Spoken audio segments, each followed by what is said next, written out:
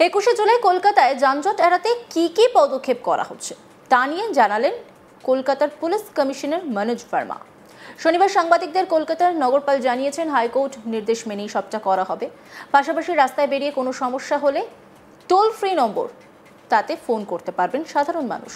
Toll free নাম্বারও দিয়েছেন কলকাতার সিপি। সোমবার 21শে জুলাই তৃণমূলের শহীদ সমাবেশে প্রতি বছরই কলকাতা ভিড়ের ছবি চোখে পড়ে। পাশাপাশি তৃণমূলের এই কর্মসূচির জেরে দীর্ঘ সময় ধরে শহরের একাংশে তীব্র যানজট তৈরি হয়।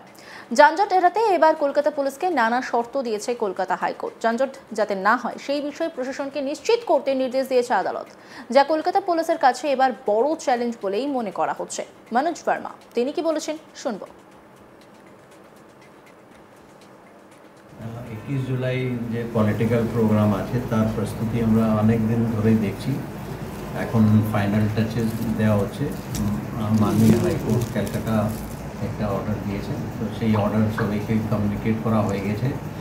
আমাদের টিম সবাইকে ভালো করে ব্রিফিং করা হয়েছে। কিছু যেহেতু এটা অর্ডারে কিছু ইনস্ট্রাকশন দেওয়া আছে, তার জন্য এক্সট্রা ম্যান পাওয়ার, সিনিয়র অফিসারের আরও একটু বেশি ডেপ্লয়মেন্ট। এছাড়া একটা হেল্পলাইন নাম্বার আমরা দিয়েছি পাবলিকে, যাতে কোনো রকম কোনো ইনকনভিনিয়েন্স না হয়। হেল্পলাইন নাম্বার ট্রাফিক রিলেটেড কোনো অসুবিধা কারোর যদি হয়, অফিস পৌঁছাতে বা অন্য জায়গায় যেতে অসুবিধা হয়, তাহলে টোল ফ্রি একটা নাম্বার আছে 1073। এছাড়াও দুটো মোবাইল নাম্বার আছে 9830811111 আর একটা নাম্বার আছে 9830010000। এটা হেল্পলাইন নাম্বার আমাদের বিভিন্ন জায়গায় সোশ্যাল মিডিয়া বা অন্য জায়গায় দেওয়া হবে, যাতে পাবলিকের কোনো অসুবিধা হলে এখানে কন্ট্যাক্ট করতে পারে। এছাড়াও যেটা আমরা লাস্ট দুদিন ধরে যে এক্সারসাইজ করছি, আমাদের বর্ডারিং ডিস্ট্রিক্টে যেখানে ইন্টারসেকশন পয়েন্ট আছে, আজকে আমরা সকালে গিয়েছিলাম বারুইপুর ডিস্ট্রিক্টের সঙ্গে যে বর্ডার আছে ওখানে। এখন আমরা আছি আমাদের ডায়মন্ড হারবারের সঙ্গে যে বর্ডার আছে ওখানে, এখানে এসেছি। তো ওদের সঙ্গে কোঅর্ডিনেশন মিটিং গতকাল আমরা ব্যারাকপুর কমিশনারেট, জামনগর কমিশনারেটের আগে হাওড়া কমিশনারেটের সঙ্গে কথা হয়েছে। 21শে জুলাই যানজট এড়াতে কি পদক্ষেপ করা হচ্ছে এই প্রশ্নের জবাবে সিপি বলেন, কলকাতা হাইকোর্ট একটা নির্দেশ দিয়েছে, সেই নির্দেশ মতোই পদক্ষেপ করা হচ্ছে। অতিরিক্ত পুলিশ কর্মী মোতায়েন করা হচ্ছে। অফিস পৌঁছতে বা অন্য কোথাও যেতে সমস্যা হলে টোল ফ্রি নম্বরে ফোন করা যাবে। পুলিশ কমিশনার জানিয়েছেন 1073 নম্বরে ফোন করা যাবে। এছাড়া দুটি হেল্পলাইন নাম্বারও ফোন করা যাবে। তার কথায় পাবলিকের কোনো অসুবিধা হলে যোগাযোগ করতে পারবেন। সিপি আরও বলেছেন, প্রস্তুতির শেষের দিকে আশা করছি সব সঠিক থাকবে।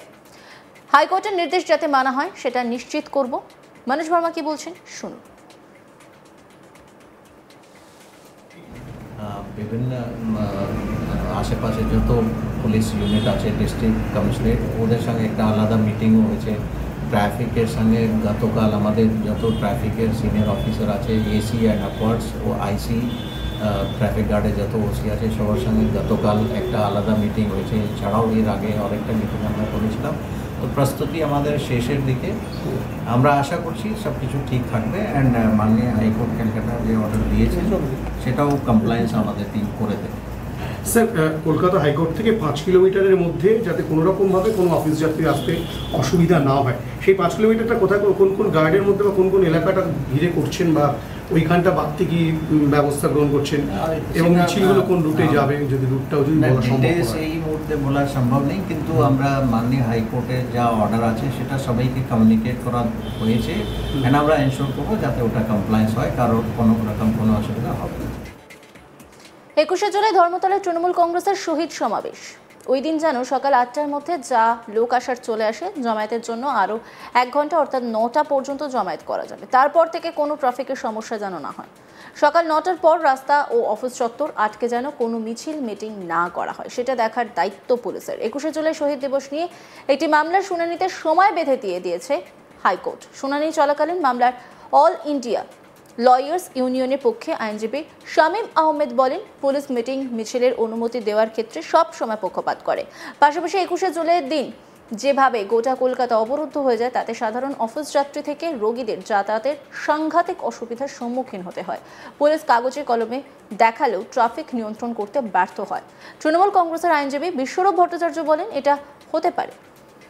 অতীতের এই অনুমান থেকে মামলা দায়ের করা যায় না। সম্পূর্ণ প্রচারমূলক একটা মামলা। এই ধরনের মামলা গ্রহণ করাই উচিত নয় আদালতের। ওইদিন ট্রাফিকের কোনো সমস্যা হবে না, ট্রাফিক স্বাভাবিক থাকবে। অল ইন্ডিয়া লয়ার্স ইউনিয়ন বামপন্থী রাজনৈতিক দলের সংগঠন, আইনজীবী বিকাশ রঞ্জন ভট্টাচার্য এই সংগঠনের প্রেসিডেন্ট। যে 13 জন শহীদ হয়েছিলেন, যাদের জন্য 21শে জুলাই অনুষ্ঠান করা হয়, তাদের মৃত্যুর জন্য দায়ী এই রাজনৈতিক দলই।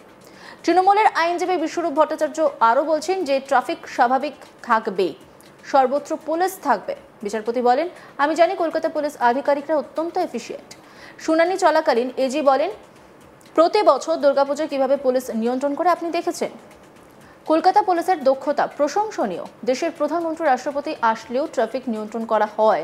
বিচারপতি বলেন, আমি তা স্বীকার করি, আমি জানি কত জমায়েত হবে। এই সময় তৃণমূলের আইনজীবী বিশ্বরূপ ভট্টাচার্য জানাচ্ছেন, প্রায় 10 লাখের মতো লোক হতে পারে। বিগত বছরের অভিজ্ঞতা থেকে বলা যায়। এজি বলেন, এটা সেই 1994 সাল থেকে হচ্ছে, এটা নতুন কিছু নয়। শেষ মুহূর্তে কেন এই ধরনের মামলাকে গুরুত্ব দেওয়া হবে? 21শে জুলাই ধর্মতলায় তৃণমূল কংগ্রেসের শহীদ দিবসে যেন সকাল 8টার মধ্যে যা লোক আসার চলে আসে, এমনই নির্দেশ দিয়েছে কলকাতা হাইকোর্ট। পাশাপাশি বিচারপতি তীর্থঙ্কর ঘোষের নির্দেশ, জামায়াতের জন্য আরও 1 ঘন্টা অর্থাৎ 9টা পর্যন্ত জামায়াত করা যাবে। তারপর থেকে কোনো ট্রাফিকের সমস্যা যেন না হয়। সকাল 9টা থেকে 11টা পর্যন্ত কলকাতা হাইকোর্ট ও অন্যান্য অফিসের সামনে রাস্তা আটকে যেন কোনো মিছিল বা জমায়েত না করা হয়। 11টার পর থেকে কলকাতার ট্রাফিক যাতে স্বাভাবিক থাকে, সেটার দেখার দায়িত্ব কলকাতা পুলিশ কমিশনারের। তারপরে এটি প্রেস বিজ্ঞপ্তি জারি করা হয়, সাংবাদিক বৈঠক করা হয়। আর সেখানে পুলিশ কমিশনার কি বলেছেন শুনব।